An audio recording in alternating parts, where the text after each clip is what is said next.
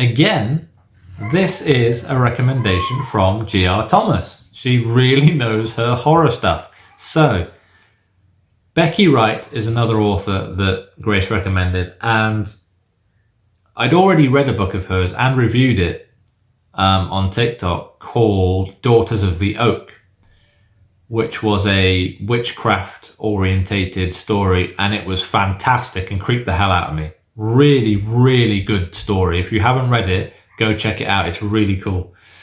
But this one I bought physically. It's on the shelf behind me. About 4 or 5 months ago, and I never got round to it. But my wife did. She stole it, ran off and read it. And she kept telling me what a great story this was. So I finally got round to it.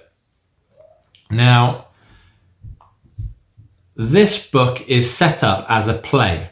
So there's like an introduction as you would get in a play, and then there are acts, and then the chapters are described as scenes rather than chapters.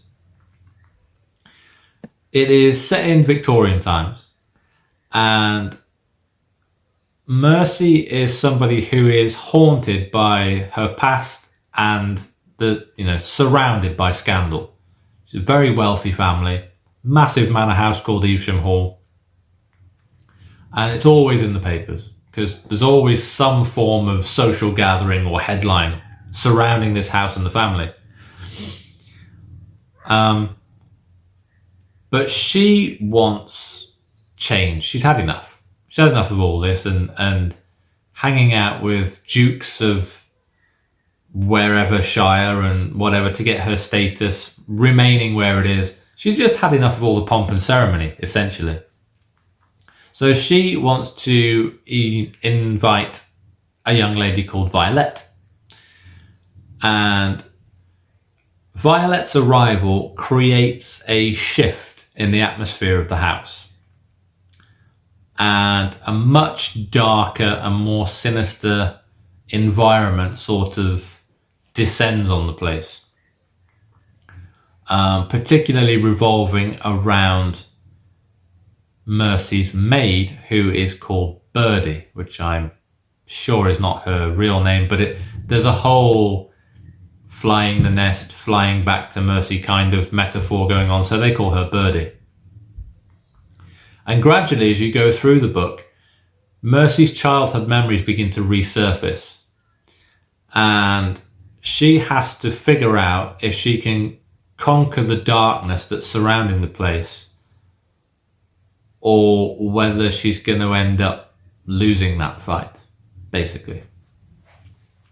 Now, the book is split into 4 acts, and it may be a 4-act structure, but the book itself is definitely a book of 2 halves.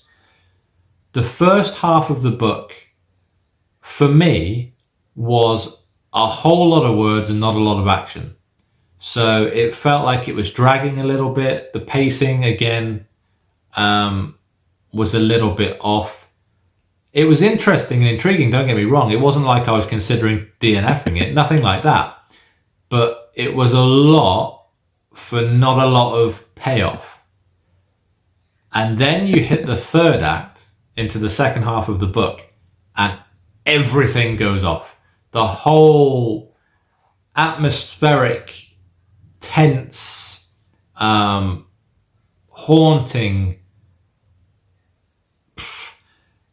it's difficult to say, but the whole atmosphere shifts and everything begins to kick into gear and it begins to notch up, and you find things out and there are twists and you have revelations and the whole thing really comes together. The ending of the book I did see coming in terms of the final aspect of the book, the result of the book, because the first scene or the prologue or whatever the first part was alludes to the use of something, and in my brain I logged that as well, that would make sense if this was going to happen, and it turned out that it did happen. But the reason for it happening, straight off out of left field, no idea, never saw that coming. It was a very well written story. As I said, it was a book of 2 halves for me, but both halves were exceptionally well written. Very descriptive, very vivid. The imagery was very descriptive. As a male, some of the imagery was disturbing. If you read it, you'll understand what I mean. Had me crossing my legs a few times, that's all I will say. But yes, it was very well done. Perfect setting, very disturbing and haunting setting. Fit the book perfectly, fit the narrative perfectly, and I appreciate the unique take on presenting it as a play.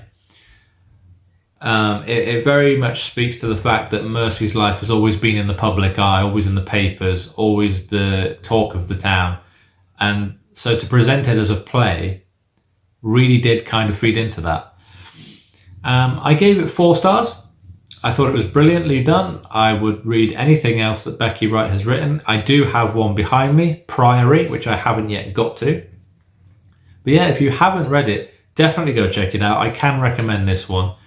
It was just very well done. And another solid rec from G.R. Thomas. If you have any horror requests, I would say go contact her, because everything she's suggested to me has been on point.